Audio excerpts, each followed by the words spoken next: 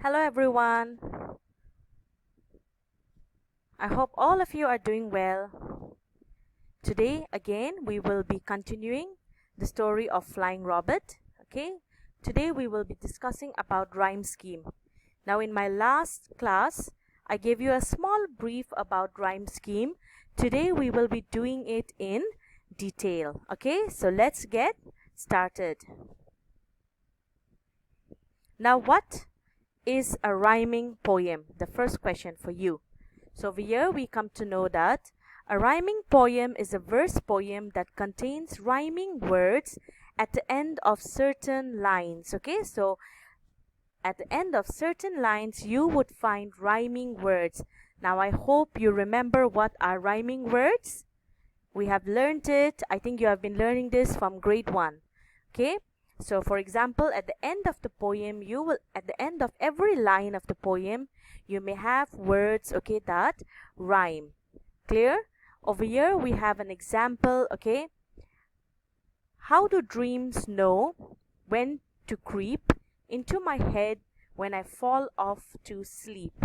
So if you see here, the word creep and sleep, okay, are rhyming. So today we will be learning about rhyme scheme. It is all about rhyming words.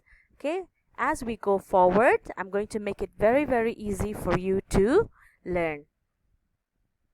Now let's look at the next slide. Okay, what is rhyme? Okay, so rhyme is the repetition of end sounds in words. For example, bump and jump, wall and ball, talk and hawk, girl and curl. Okay, so we have already learned this in our previous classes.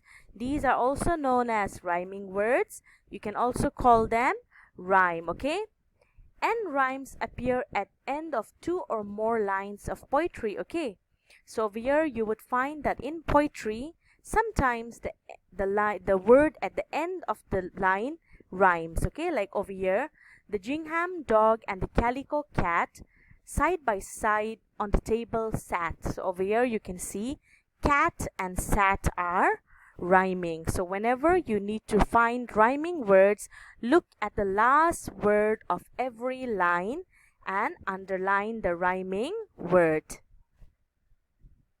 Now we will go to identifying rhyme scheme. Okay, a little step further. How can I identify the rhyme scheme in each and every line? So the first thing you need to do is you need to look at the last word of every line. Okay, so over here we have ham and am. Can you see the last 2 letters are the same? So they are rhyming. Okay, then over here again I have boat and goat. Again the last 3 letters they are rhyming. House and mouse. Again the last 4 letters are rhyming. Okay, so how do I write the rhyme scheme? Okay, so you would start from the first line of the poem. Okay, ham and am. Since they are rhyming, okay, since they are the same, you will start with the letter A. Okay, so A, because both are the same. Okay, next you go to the letter B. Again, because both are the same, we are going to write BB. Again, house and mouse, they are the same, so we will write CC and so on. It could be DD, EE. Okay, they are different rhyme schemes. I'll be showing you in the next slides. Another one, okay, rhyme scheme examples. Okay, another one, this is a very popular rhyme, Little Miss Muffet. Okay, so let's see this. Again, over here you have Muffet and Tuffet, which are rhyming. Last words, AA. Then over here you'll see a little different. Okay, way, spider, her, away. Okay, so way becomes automatically B. When the next line you find that there is no rhyming word of the same type, you go on to the next letter, that is C.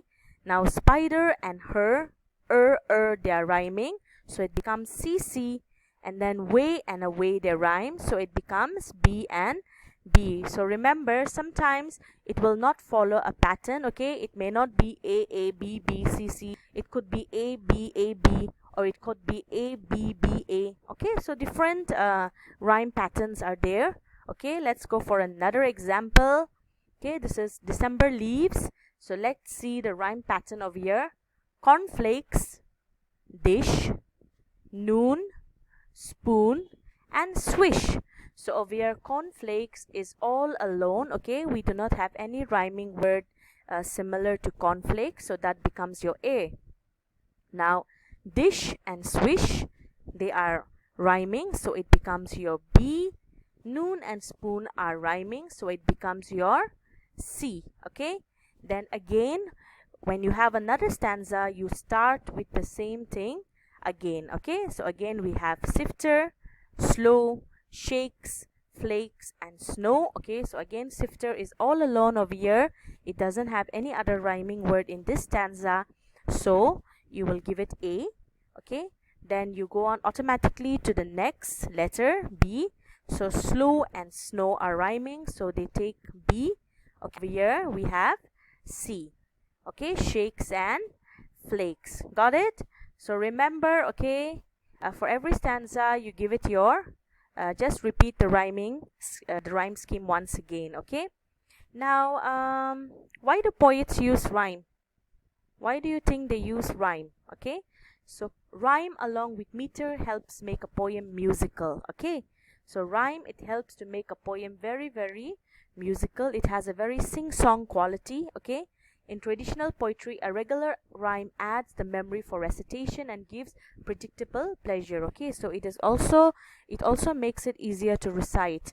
In the olden days, people loved to recite poetry. Okay, so it's easy to memorize the poetry. Okay, and it is also, okay, it also gives a predictable pleasure. Okay, when you have rhyming words, okay, when you read it, it gives you a sense of pleasure. Okay, and a pattern of rhyme is called a scheme. That's why we're saying rhyme scheme. You will find that whatever rhyme scheme is there in the first stanza, it will follow the second stanza. Okay, so in this pattern, the lines with the same letter rhyme with each other. Okay, so what we were doing over here, let me same example. So over here you saw it was similar, right? A B C C B, A B C C B. Okay, and talking about pleasure, now just listen to this. The fallen leaves are cornflakes, they fill the lawn's wide dish, and night and noon the wind's a spoon that steers them with a swish. So you can see how musical, it had a very musical quality. Okay, and when you have rhyming words, it makes it very easier to memorize also. Okay, so this is all about your rhyming words. Okay, I want you, okay, to open to your the story of Flying Robert, okay, that poem, and try to work out the rhyme scheme for the first stanza. Okay, it has 3 stanzas, so I want you to work out the rhyme scheme only for the first stanza, and then the second stanza and the third stanza should be the same. So that will be your homework along with your worksheet. So that's all for today. I hope you understood what is the meaning of rhyme scheme. Okay, so I'll see you in your next class. Bye bye.